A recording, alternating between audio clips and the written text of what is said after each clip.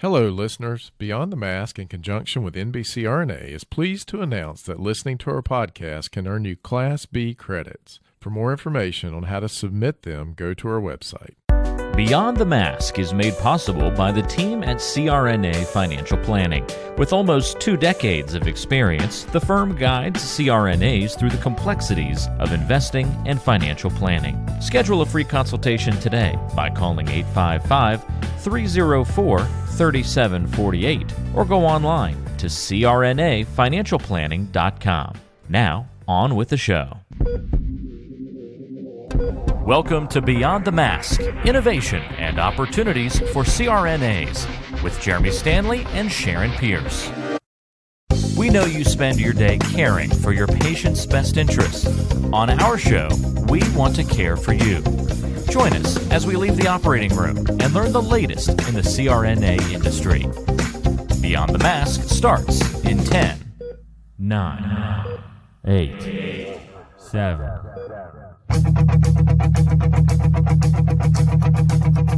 Welcome to Beyond the Mask. I'm Jeremy Stanley, and I've been working with CRNAs for over 23 years, and I'm married to one.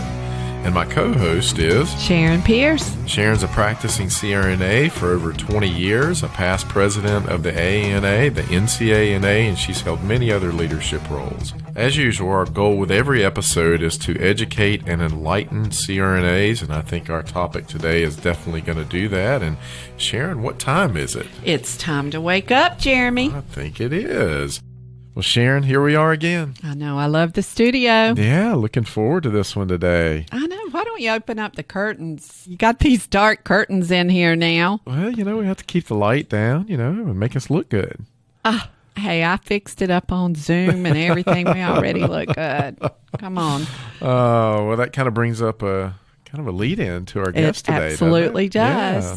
So we want to welcome Jason Bolt with us today. Welcome, Jason. Hey, how are you guys? Thank you for having me on. Should we call you Bolt or Jason? You can call me Jason. That's okay. fine. All right, okay. Bolt CRNA is what people know me for on YouTube, but definitely call me Jason. That's my name. Does anybody call you Bolt? Sometimes. I'll run across someone online who meet me in person or something who knows me from only YouTube, and they'll say, "Oh, Bolt," because they don't know my first name. They forget my first name. That definitely sounds like a stage name, if you know what I mean. Yeah. Is there something else about you we need to know about?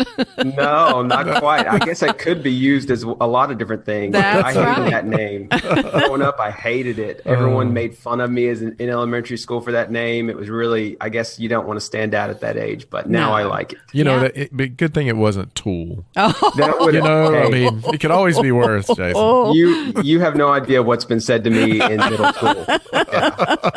Things that involve screws.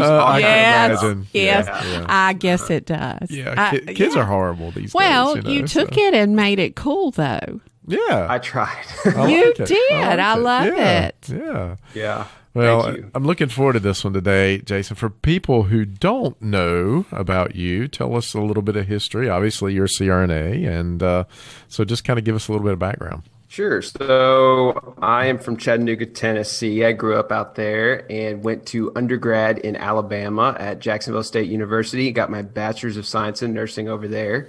I worked as a new grad ICU nurse because I knew that I wanted to be a CRNA, and did a few years of that, did a couple years travel nursing too, save up money, and then applied for a doctorate CRNA program at Union University.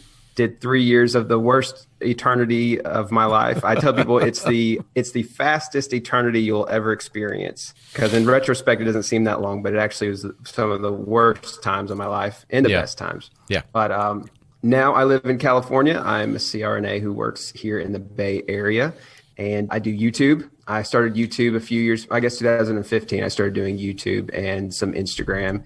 And I kind of just try and do that to advocate for CRNAs and educate about the career field and just mentor and help people out who want to become CRNAs. Yeah.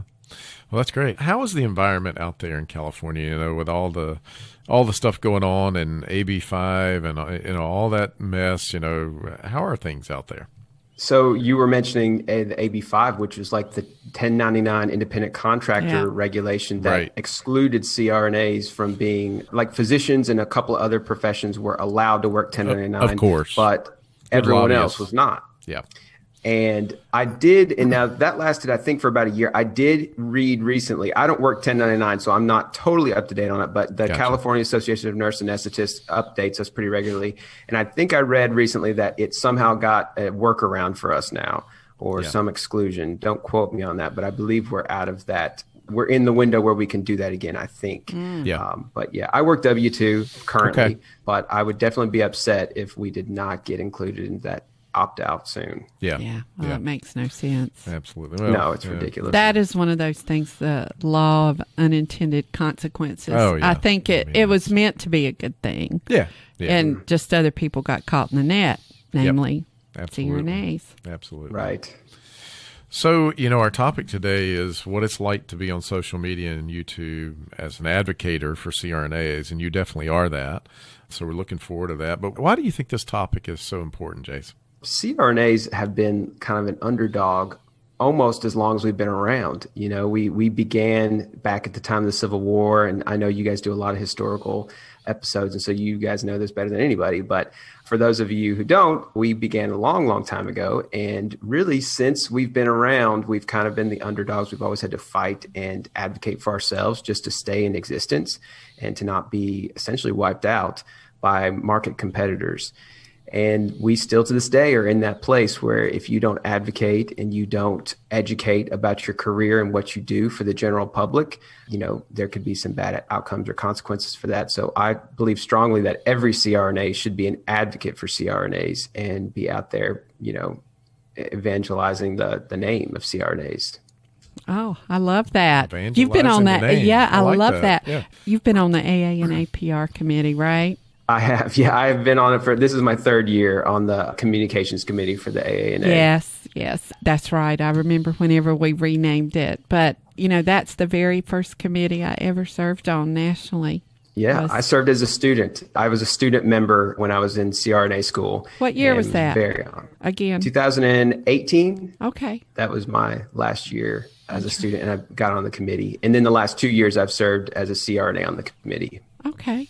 That felt good to say that, didn't it, Jason? I could just tell by the way you said it. You said student, but as the last 2 years, I served as a CRNA on the committee. It's still surreal to me. I know, I can tell by the way you said it. Time is passing quickly. I realize it's almost been 2 years since I graduated, and I can't believe it because I still sometimes think of myself as a student, and I still relate a lot to the students. So, it takes me a minute to realize. Well, trust me, you're going to blink and it's going to be 30 years down the road. So, you talked about the difficulties in anesthesia school. Now, how many people did you have in your class by chance? We started with 29 and we graduated with 25. We lost 4 in the first year. Wow. Who was your program director? Dr. Molly Wright, and she has since retired. Mm-hmm. Yep. Yeah. Wow. So did you keep any lifelong friends from your classmates? Definitely. I feel like I describe CRNA school like going to war, and your classmates. That's about right. It is a lot like war. You go to war, and sometimes you don't love the person sitting next to you, or maybe I should say sometimes you don't like the person sitting next to you, but you love them. Right. Yeah. And you will always have each other's back in kind of a way that it's not really describable, kind of like war buddies. And I think you share a unique kind of traumatic and wonderful experience with each other that no one will ever be able to mimic with each other. So, yeah. That's perfect. That's good. I could see that. So, well, let's kind of talk about social media because you have quite a following on social media. I think on Instagram, you've got how many thousands of followers on Instagram? I don't know. Quite a following is a relative term. For a full-time CRNA, you've got quite a following. It's not my job. Like I'm not a social media person. I have a full-time job. I've only ever done this as like a hobby, as a part-time thing. Right, so, right. I have like 7,000 Instagram followers. I have got 10 or 11,000 subscribers on YouTube. Yeah, and I've got a TikTok, which I just started a couple weeks ago that I'm starting to grow. So go follow me on TikTok, Bold CRNA over there. All right. Does that mean you have to download the app? Should we still be scared? I've not followed that. Yeah, TikTok you have to stuff. Download the app to download the app. It's fun. Is it American based now? I mean, I know there was. Have I read a conspiracy theory and been a sucker? I think it is a Chinese company originally, but there are two different TikToks. There's a Chinese TikTok because they have a whole restriction on what they allow for their content for their country. So they have like a whole different Chinese TikTok. And then they have the American TikTok, which is a lot more, free, I guess. But yeah, so I enjoy it. I think it's fun. It's, short little clips and stuff that's kind of, all the younger people are on it. So, I can't, I'm 33 now, so I've got to keep up with the younger folks. I can't let them. You got a few more years of being able to do that, Jason. Yeah. And then you're old, man. Not too much longer. I know. It's funny, you think about Facebook, you think about Instagram, you think about Snapchat, you think about all these, now TikTok, and what's going to be next? I know. That was my question. What is going to be next? Because I can't keep up with all this stuff. It's Twitter. It's amazing. Yeah. How do you consume your content, Jason? I know it's podcasts. Yes. That's how I found you. Was you reviewed our podcast? Yeah. Yes, I love podcasts. I'm an auditory learner and listener. I've always enjoyed like audiobooks and podcasts. So back in like 2006, 2007, when Apple and the iPhone and their user system was brand new and they started doing podcasts back then, I started listening to podcasts back then. Wow! So I've been a fan of podcasts from the beginning. I used to have to like download them from their website or something, I think. Right. And put it on my little like giant chunky iPod Nano or something and try and listen to them in the car. But podcasts are a big thing for me. I consume, social media information a lot. I use Instagram pretty much daily. I use, Facebook occasionally. I use Facebook mostly for connecting with people. I would say above the 40-year crowd is usually who I try and connect with on my Facebook. Not to be offensive. You put that very politely, by the way. It's my friends and family who are not on Instagram, because typically they're not on Instagram or TikTok or something. So if you want to connect with them or communicate with them, you're going to do it on Facebook. And actually, the CRNA community is very powerful on Facebook. Yeah. And so that's where I got, especially in school as a student, learning a lot about CRNAs and not just from the textbook or from what a clinical perspective is in rotations, but the real world behind the scenes anesthesia, communication that happens in these CRNA, SRNA web pages on Facebook and the nurse anesthesiologist page on Facebook and stuff. You get the real world connection with true CRNAs on there. So I like it for that. Well, it makes sense too. What the average CRNA is, 51, 52? You would think that the majority would probably be on that platform. And if you're like me, I don't have time to learn all these new platforms, and you just kind of stick to what you know. And as you get older, you get a little gray fertile matter in there. You don't want to add anything else more in there, right, Sharon? I'm going to school, fool. Who are you talking to? All right, well, let's talk about those pages, because we have done previous podcasts. We did one with Caroline Kilman talking about how students can be bullied on some of those pages. She's a friend of mine. I love Caroline. Oh, my amazing. God. Yeah. I love Caroline. I wanted her to be my daughter-in-law. Now she's got a boyfriend. And oh, my God. At mid-year assembly, I got to tell y'all. You better not have introduced him. I'm going to kill you, because I want her to date my son. She invited us, a bunch of us student reps who were involved with the AANA. She invited us all out to dinner, organized the whole thing, brought a notepad, paper, and everything. And she had like objectives, and she created like a board meeting right there amongst us, like third year anesthesia students. And we had like goals and tasks and objectives over like a dinner. And she's no joke. Caroline, she's out to get her. She is amazing. Yeah. Amazing. I'll have to have another son or something. I've got to figure out how to get her in my family. But back to the subject at hand, talking about those sites. The bad parts of those sites. What do you think about that? And if you saw a CRNA kind of acting out and it was one of your preceptors, how was all that? Yeah, that is the other side of the internet in general, but especially those Facebook groups, is you, as an impressionable student, you have to be careful what you're, taking in the information. You have to understand that everyone is a human being, and even though they're a practitioner and they're a CRNA, and they, are maybe someone you look up to, and clinically you look up to them, they may say things that are incorrect, or they may say things that could be, offensive. And so I recommend everyone, when they're online, to try and stay in the middle ground, not swing too right or left with their wild opinions or perspectives, and try and remember that a lot of people are going to be reading your comment. And once you put it on there, it can have unintended consequences. So don't put, I think everyone has a general idea of what's appropriate to say and not say. And so, yeah, as a student, our professors actually told us, because I started the program in 2016. So Facebook was already kind of a thing and pretty big. And our professors told us then, they said, hey, we know you're all going to join these groups on Facebook. We know, we're on that group too. But we're going to warn you that these people may say things that are not correct, that are politically incorrect, that are not what you should repeat or what you should be doing. But just take it for what it is, take the good for the good, and try and leave the bad there. Yeah, yeah. And there are a lot of people that just troll you for, they're just trying to get a reaction, and we know that. So definitely. Jason, how do you use social media to kind of advocate and inform folks about the profession? I mean, what are you doing in your own social media platforms to kind of advance the cause?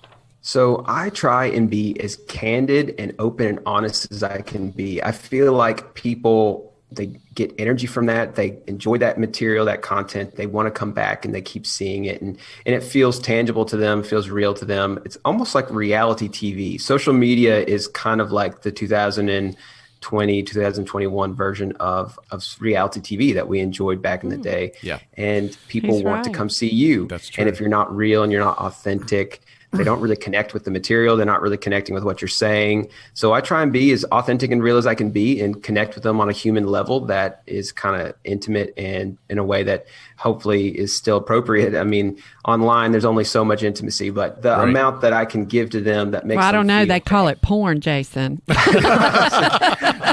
I said the word intimate and I immediately was backpedaling. I was like, that's not the right word. Let me change the description. I saw your face. I saw that brain working back there. Not an OnlyFans kind of intimate. I mean, like a human connection.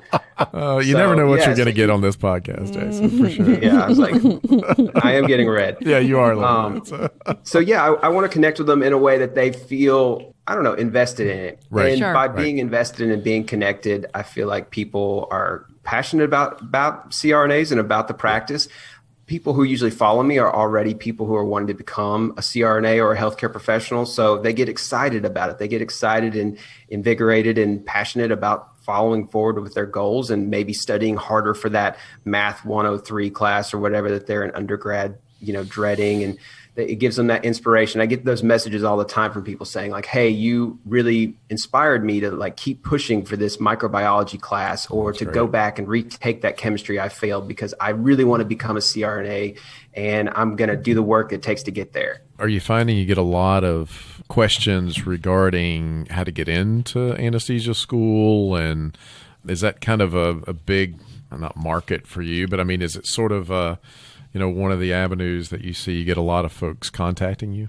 Definitely. I would say that is a huge portion of people who contact me or follow me are, some people do it for just the enjoyment of the material, but a lot of people do it for the educational purpose of figuring out how to get to their goals, and that's what I tell people I do a lot of times. I try and mentor or help people reach their goals, whatever they may be. I'm most equipped to help you reach CRNA goals, but if you just want to become a great ICU nurse and get into an ICU one day, some students, follow me for things like that. Gotcha. So whatever way I can help them, I try. But a huge majority are people who want to become CRNAs and they want to know like the magic sauce of getting in. Yeah. And truthfully, back in the day, like when I was applying in 2014, 2015, I was in the ICU working as a nurse trying to get my application together. There's a lot of hoops to jump through. There's a lot of things you've got to accomplish to get even your application competitive to get into a program.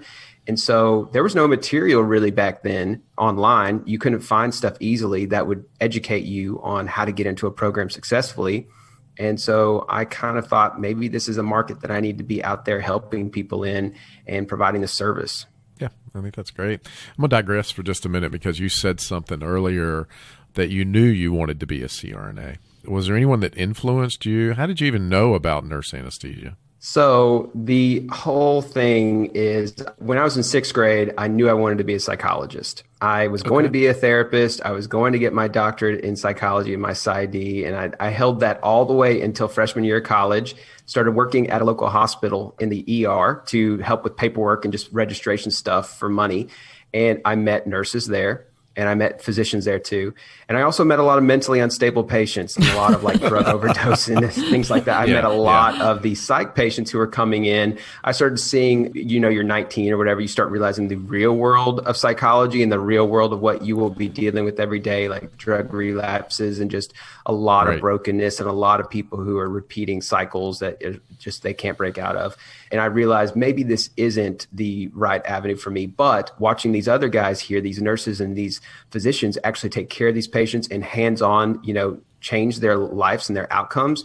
I saw that happen every day. And I thought that was powerful. And it touched something in me that said, like, this is what you should be doing. You are meant to put hands on people, change their outcomes, improve their life, and go home at the end of the day knowing that you've put some good out in the world. And so I immediately switched to nursing. Gotcha.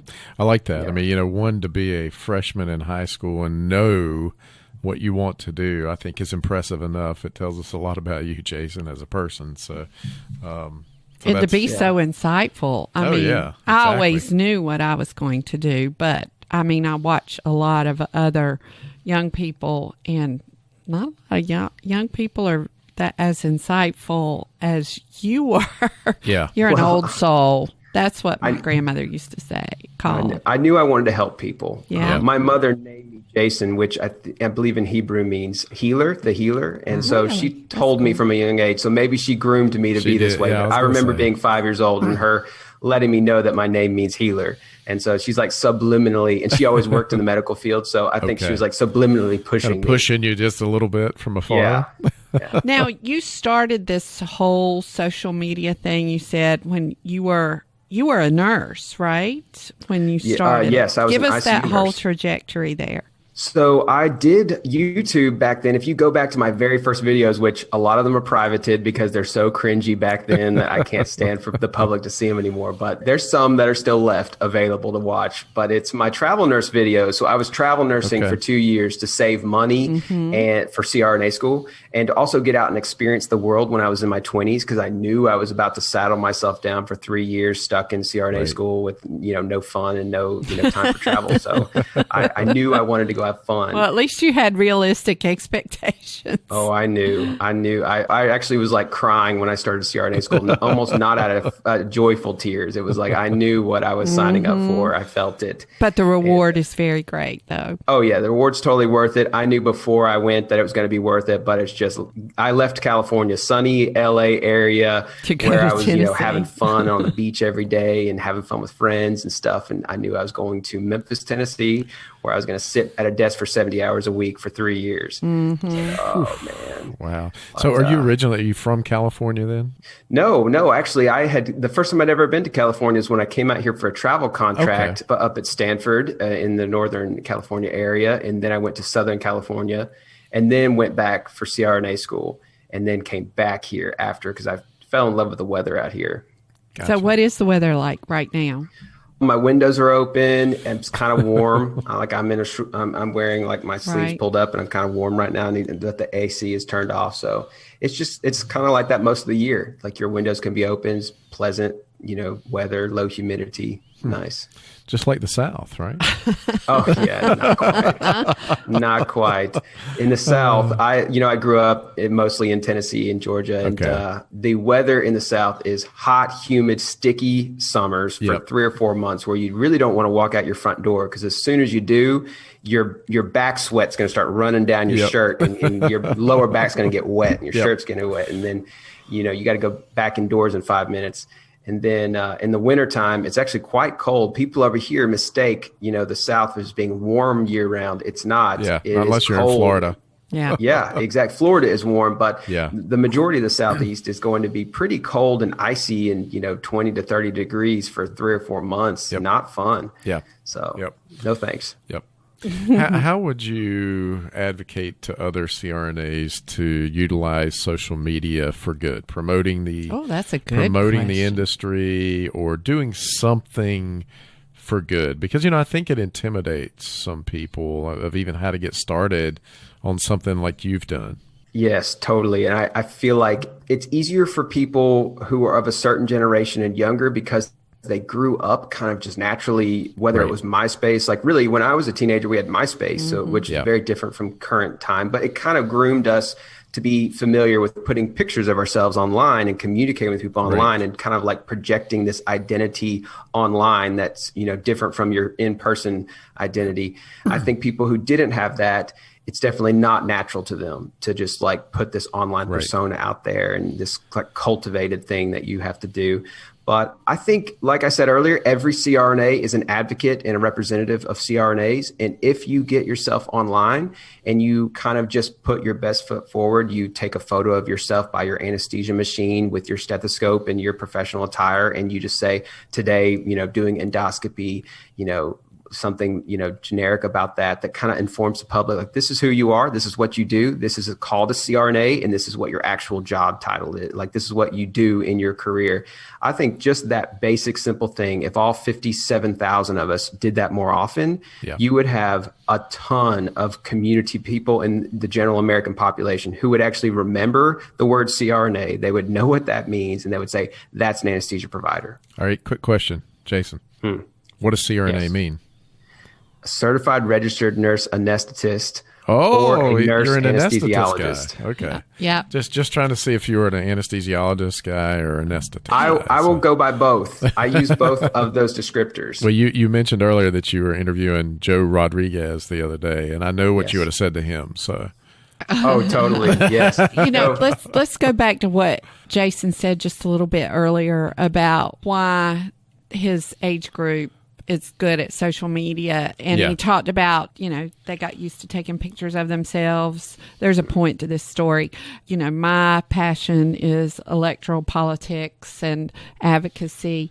And they say that this upcoming generation will be more likely to run for political office because they're used to the whole social media piece. The they're used to being in the public. Exactly. They're used to putting themselves out there. They're used to creating this identity, parenthetically. And they're used to media, whereas a lot of people would not be as comfortable. So it might not be as hard to sell. And, with the campaign school at Yale, we just did our webinar in place of our campaign school this past weekend. And a lot of them are young that are interested in running for office. Well, that's great. Yeah, it is great. It is great. I think that's a really good point, actually. And there is some crossover between being a politician who has a certain persona of what they put out there for the public and also all of our Instagram pages that are extremely curated. Like, we have a certain background that we pick, that we take our photo in front of, and we make sure we're angled a certain way and the lighting is a certain way. It's not that we're fake, but it's kind of like similar to a politician. You put your best foot forward at all, times to look the way that you want to project yourself. Well, Jeremy and I have this discussion about selfies and pictures because men want to look bigger than they are, so they take them from below, and women want to look smaller, so we take them from above. Yeah. Yeah. Yep. That's funny. So what do you think you're going to do going forward? I mean, you mentioned TikTok. Do you plan to keep up with the outlets? I mean, and they just keep getting invented, it seems. They do. You know what? TikTok, I observed for like 3 or 4 months, and I had an account that I didn't upload anything to, and I just watched it for fun. And I did not start putting anything on TikTok until I decided I enjoyed the creative process of it. So still, a lot of what I do is just because I enjoy it. The side of my brain that uses science and math and a lot of that clinician stuff, I do 50 hours a week at work. So I need a creative outlet that I can do that's, a different side of my brain, so I can be creative and I can put on different outfits or something and maybe a wig, which I haven't done yet, but I might, and do like a little skit or something. And so Instagram and TikTok gives that kind of scratches that itch for me. If they create another social media form that also has a whole different version that scratches that creative itch for me, I'll jump on there too. But I won't do it just for the heck of doing it. I mean, I have to find enjoyment out of it because honestly, most of this doesn't really pay anything. This is something that I'm using for my free time. Yeah. Well, if you don't quilt or whatever. Now I don't saw think people quilt much anymore. No, that's not true. Really? I was looking on CRNA, SRNA Talk, and Betsy had posted what other things do you do? You know, CRNAs do so many. Oh yeah, many absolutely. things, and there I forgot how many. 700 or 800 comments, and people were posting pictures of they redo furniture. Somebody had built a bed that looked like Star Wars for their child. Lots of quilters, people making wreaths. You would not believe the talent.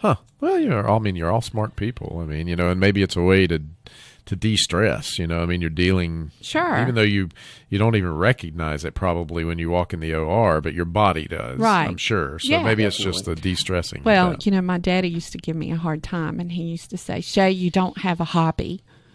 And I said, I do, Daddy. It's called the AANA. That's my hobby. That's your hobby. It is a full-time hobby. Yeah, but it makes me happy. It makes me happy to advocate and to fight for our spot at the head of the table. Makes me happy. So it is my hobby. Yeah. It is my hobby. I like it. So have you got any words of wisdom to offer to our CRNA audience? But we also have a lot of students out there that listen to us, probably more students. Yeah. Let's see, words of wisdom. I would say create a Facebook or a Instagram account. Get out there, do that. Even if it's a basic bland one that's just a couple pictures of, your professional life, do it for advocacy reasons, do it for the educational reasons. You will be surprised how many people will find you and reach out to you and say that they want to become what you are, and they just want your help to get there. And even if you just give them a couple pieces of advice, I think that pays it forward a lot, because honestly, all of us got to where we're at currently now as a CRNA because people helped us along somewhere. And we're in the modern age of technology and information where people can reach out to you who you've never met before and live 2,000 miles away from you, but you can help them a little bit. And I think that means a lot. And I think it also speaks a lot to CRNAs as a career and as a profession, and advocates for us. Well, before we go on, because we're going to do a lightning round with you real quick here in just a minute. So, but now I give you a little plug here, because you also have on your YouTube channel, you've got a membership side for people as well. You want to kind of break that down for us real quick? Sure. So the membership's on my YouTube channel. It's different from being a subscriber. It's something newer that YouTube does, where you can subscribe, and there's different subscription levels or membership levels, where if you want to do mock interviews with me to help you get into CRNA school, I offer that. If you're just looking for exclusive monthly behind the scenes videos that are exclusive to those members, I have those. I have some study guides, that like a 26-page study guide that helps people prepare for the CRNA school interview. So really, it's kind of fluid. Whatever you really need, it's a general mentorship kind of membership. So if you're looking for more things like that, run over to YouTube, Bolt CRNA, and I would be happy to connect with you over there. Yeah, awesome. Sounds good. All right. Lightning round coming up. If you could have dinner with someone alive or dead, who would it be? You know what? This may be cliche, but it would be Jesus Christ. Oh, man. I don't think that's cliche at all. That's not at all. Well, I feel like a lot of people would answer that. But the reason being, I was raised extremely strict conservative Christian. Now I'm more of like a spiritual, kind of more all-encompassing, a lot of spirituality. But I still would consider myself Christian. And I would like to meet Jesus Christ, talk to him, understand if hopefully he spoke, understood my English and I understood his language, but we could communicate and I could kind of figure out, like, just pick his brain for a couple hours. I think that would be fascinating to understand what really was going on during this time period and what was happening in his mind. Well, what if he's a she? Or maybe it's a she. Maybe too. Or maybe no gender at all. Yeah. Who knows? He never reproduced. You have no idea what he has. Sharon, you had to interject something in there. Right? So, all right, Jason, what do people often get wrong about you? That, I don't know, maybe that I am arrogant, maybe. Because I've heard that before, usually from trolls on the internet, but I've heard it from a couple of them. So something triggers them in, I guess, the way that I present myself or the way that I talk or in my YouTube videos or something. And so I'm definitely not, I'm easily approachable. And, I would love to just chat it up with anybody who wants to talk to me. So never feel like you can't approach me and just talk to me. I like that. But I mean, you can tell you're highly intelligent and well-spoken. And that could be it. I mean, that could be part of it, Jason. What is it I saw the other day? The only taste of success some people get is when they take a bite out of you. Ooh. Oh. Yeah. So what's your biggest pet peeve? My biggest pet peeve is making me wait. Jeremy is usually on time, and I was yelling at him for you. I'm like, today was totally fine. I mean, like significantly waiting. Yeah. Like going to the doctor's office and sitting there for an hour before you get back there. I'll leave. I will walk out. Seriously, I will. Yeah, I know you I'll would. get up and I'd say, if they're 15 minutes, I'm asking them, how long is it going to be? I don't have time to sit here and wait on you. You're right. Time is money. I mean, that's something you can't get back, right?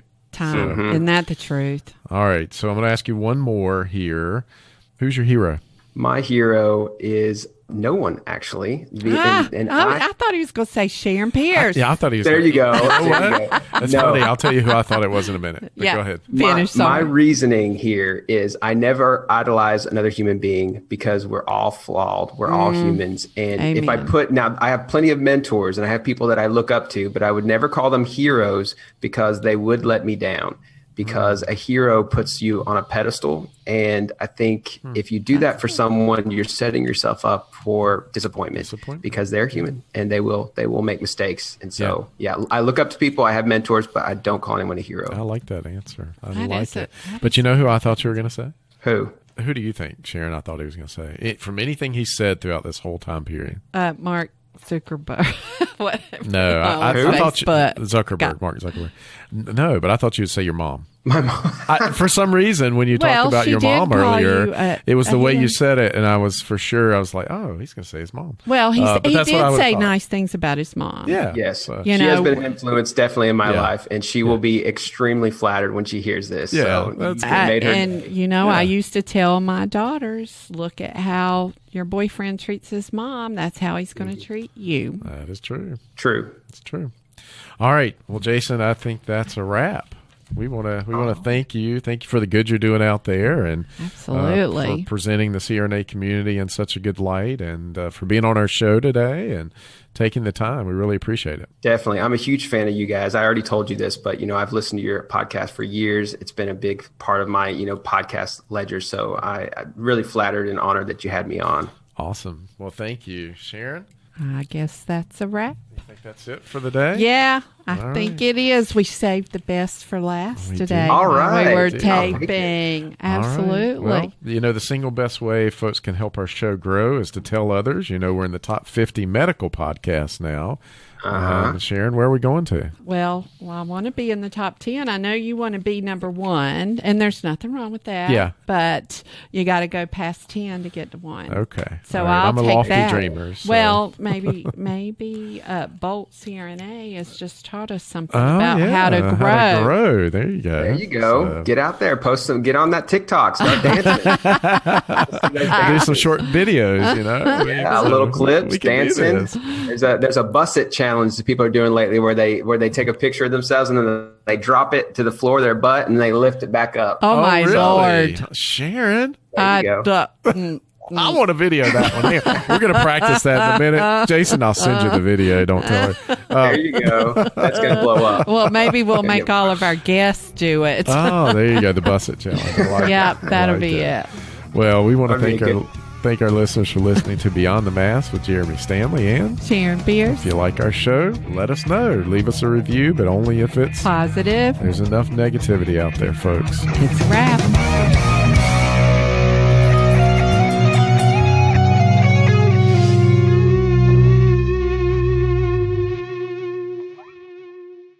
Today's show was made possible by the folks at CRNA Financial Planning, an independent consulting firm that offers financial planning services exclusively to CRNAs and their families. From planning for a child's future college expenses to building a predictable income stream in retirement, the firm is committed to offering you comprehensive financial services, customized to fit your unique needs and objectives. If you have questions about your financial future, get them answered. Call the team at 855-304-3748. That's 855-304-3748. Or go online to crnafinancialplanning.com. And thanks for your support of Beyond the Mask. Hi, this is Jackie Rolls, President of the International Federation of Nurse Anesthetists and President and founder of Our Hearts, Your Hands, a global anesthesia support community that takes donations to allow nurse anesthetists in low and middle income countries to go to educational programs, buy equipment, or textbooks. Your donations are tax deductible, and we would appreciate your support. OSA EMR is a free anesthesia EMR developed by CRNAs that you can download and use on an iPad. Our nonprofit mission is to make sure that solo and small practice CRNAs can digitally record their anesthetics. To learn more, visit osaemr.com to download and consider donating to our cause. Remember, for CRNAs, data is destiny. Like what you're hearing? Be sure to subscribe to the show on Apple Podcasts, Google Podcasts, Spotify, Stitcher, and anywhere you like to listen to shows. Also be sure to check out BeyondTheMaskPodcast.com. Each episode is posted there with a corresponding blog post, and we timestamp important parts of the episode to help you quickly get to the content you're looking for. Also check out the special series section on the site. You can follow along and catch up on the CRNA History Series, episodes specifically about political conversations in the industry, or try the CRNA Personal Finance Series. It's all on BeyondTheMaskPodcast.com. And if you have a question for the show or want to be a guest, or even suggest a particular topic, fill out the contact form on the site or send an email directly to us at info@BeyondTheMaskPodcast.com. And lastly, let's take the conversation social. Check out our Beyond the Mask Podcast Facebook page and Facebook group.